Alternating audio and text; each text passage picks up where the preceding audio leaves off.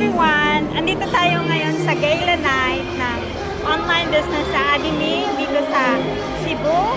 And right now, meron tayong i-interviewin na kagaya rin nating OFW na umattend din dito sa event ng OBA. So, dito tayo ngayon sa katabi natin ang isang OFW din. Hello everyone! Ako pala si Bing Arda. Isa akong teacher OFW sa Riyadh at ginagawa ko si OBA as a side hustle after ng work ko. Kung kailangan mo ng side hustle, mag-message ka or magbigay ka ng location sa video na to para mag-guide ka ni Coach. So, Ate Bing, if you don't mind, pwede bang malaman kung magkano ngayon ang iyong kinikita or magkano ngayon ang iyong income? Right now, kumikita ako ng 75,000. Wow! And part-time lang ginagawa, Part-time lang. ginagawa ang online business.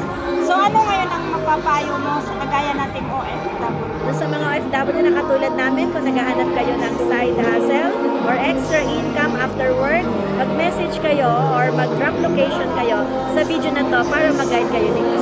See you! See you!